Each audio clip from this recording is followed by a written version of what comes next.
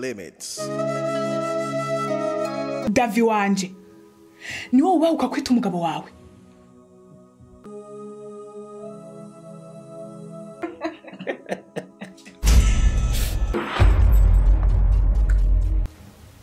Cyoranyibuka genda kwibuka warigeze kumfasha.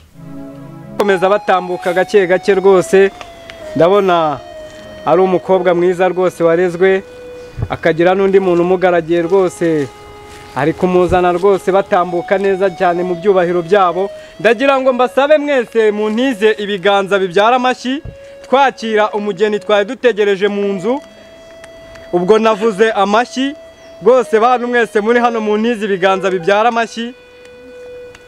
Sinzi impamvu ndeba mufite ubugugu bw'amashyi kandi nyamara ntacyo byari bitwaye. Nkuko rero mubibona, ngira ngo umugeni mwari mutegereje n'uyu. Ndagira ngo nsabe umusore nawe yigire juru, muntize ibiganza bibyara amashyi rwose. Urabona ko uno munsi ari ibyishimo, ndabona nawe ari umusore. Ewana rwose ni umusore utari agasore, umusore rwose ndeba ucinye kandi umusore wavuga ijambo. Ni umusore ndeba uhagaze mu cyubahiro cye, ni umusore navugaho byinshi bukira bugacya.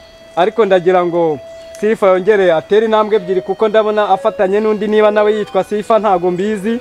Ariko nsaba kugira ngo uwo Sifa nyawe yigira imbere, ubundi atambuka asange uwamusabye. Sifa twaragutanze, umuryango wamaze kubyemera. Ndumva rero nta zindi negosasiyo nyinshi, inkwano barazitanze.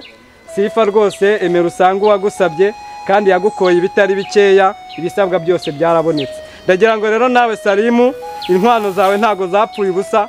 Dore cya gihe wazaga gusaba ngo uwo wasabaga kereka nusanga atari we, nibwo uri butubwire tugasubira mu masezerano. Ni karibu kuwo wakunze. Bacegerana, ndagira ngo rwose mwese mubereho kwitegereza, kuko uyu ni umunsi udasanzwe wa Salimu ndetse na Sifa. Salimu, usuhuza umukunzi wawe ntacyo wikanga, umuhobere kuko n'ubundi mukorakore buri hantu hose ushaka, kuko waramukoye nta kiri bugutangire. Ni karibu mu mwanya wawe rwose. Ndabona n'ikirere nacyo kiri kurushaho kuba cyiza cyane rwose. Akira uwawe turamuguhaye, muhobere uko wumva ubishaka rwose, nta nkomyi, ntugire icyo wikanga, kuko umumaro w'inkwano zawe ni uwo nguwo, nta wundi.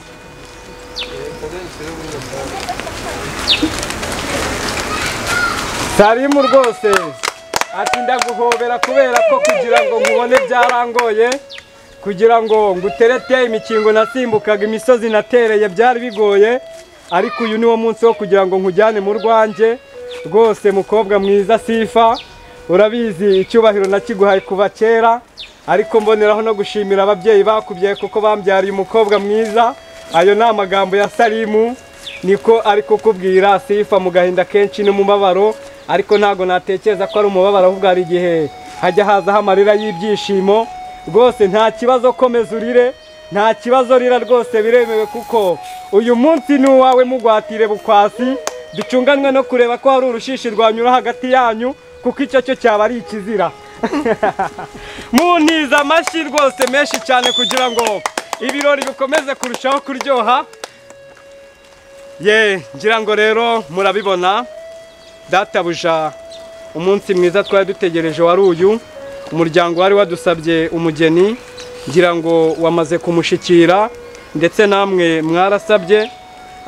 Mumaze gusaba ibyo mwasabye murabishikirijwe, abasabwe namwe mumaze gushikiriza ibyo babasabye. Ngira ngo uko bitekereza nk'umusaza mukuru, wagira aho werekeza abashyitsi mu nzu handi kugira ngo ugende ubakirireyo munaganire ry'abakuru. Ndumva uwo mwanya